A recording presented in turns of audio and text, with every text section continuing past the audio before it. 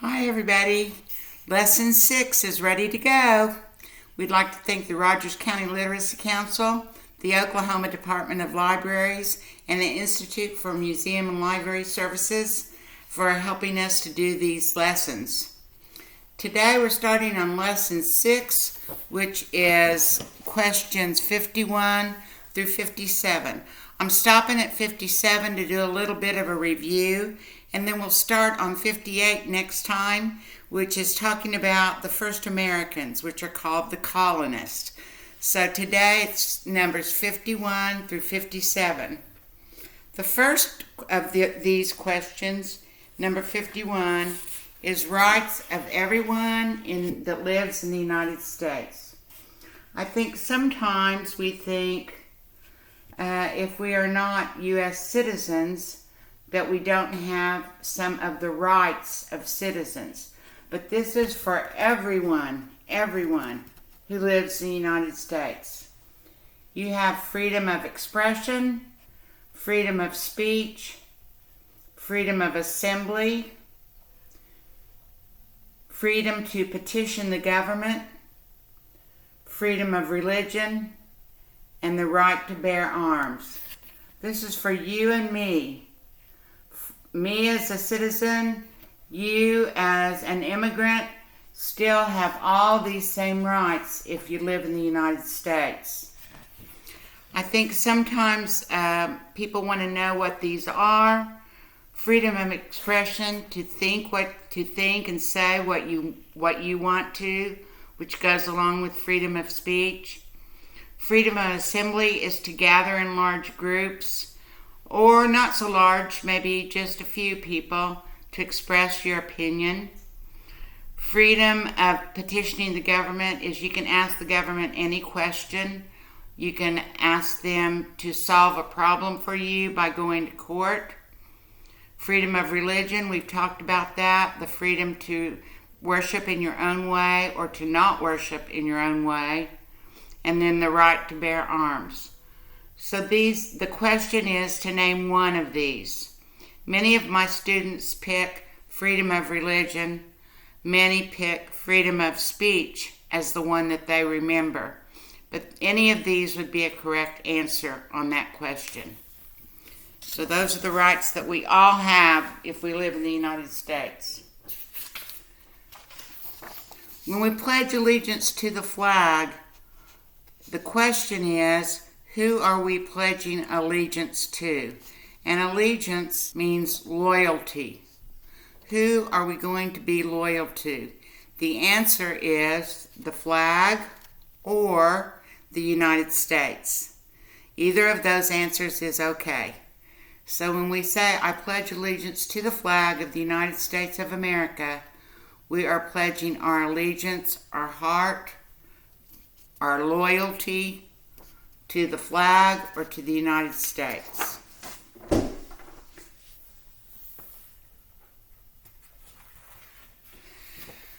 One of the things that we talked about in the classes that I've had previous are some of the things that you must promise when you become a U.S. citizen. And these are promises that we all make, citizens that are born here and citizens that are naturalized.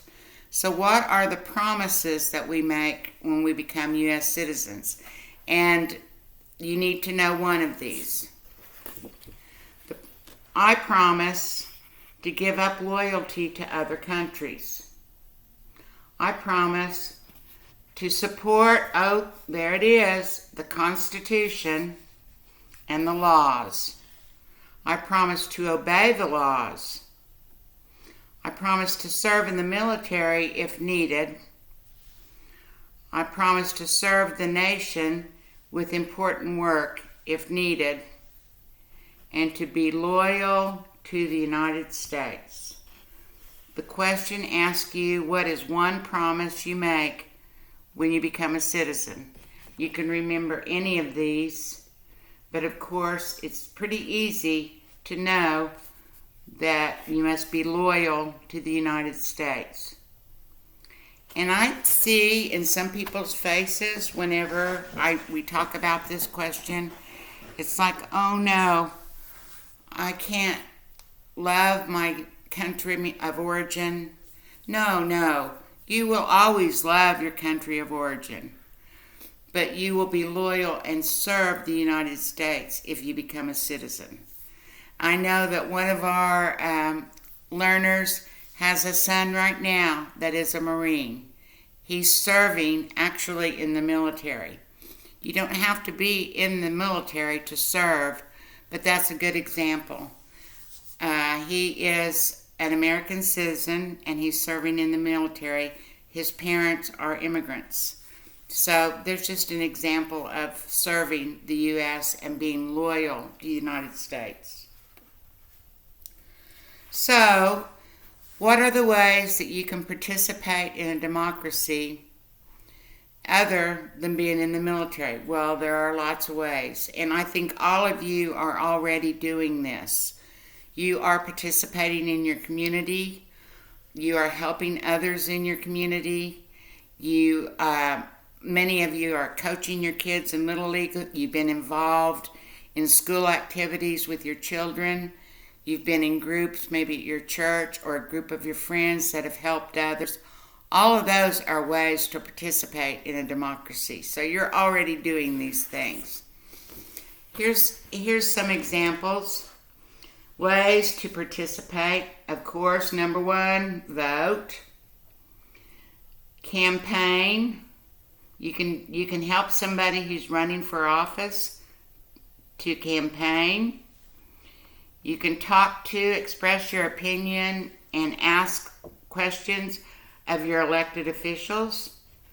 I put an envelope here that's kind of old school, but we can say email or call or write your senators, your representatives, your city council people, your governor, anybody who's elected. You can let them know your opinions and what you need them to do to help you. You can participate in some issue that you are very, very passionate about. Like this one, it says support an issue, save the whales. You can become a member of a group. On the questions that it asks you when you go for your interview, they will ask you if you are a member of a group. And let's say you're a member of the Flower Club in Claremore. You would put that down. Let's say that you're a member of a group at your church. You would write that down. You can participate in the party of your choice. If you're a Republican or a Democrat, and there are some other parties in the United States, you may choose to be an independent, which means that you're neither a Democrat or Republican. And of course, you can run for office. That says, vote for me. So these are all ways to participate in democracy. Like I said, most of you are already doing participation in one way or another.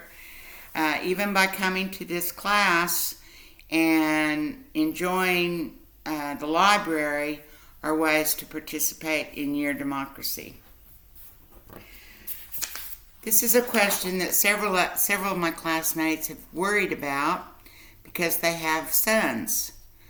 In the United States, any man has, from the age of 18 to 26, any time during those years, the opportunity and the responsibility to sign up for the Selective Service. Selective Service is a group that keeps track of all the men in the United States that are within this age group that could serve the United States, usually in the military.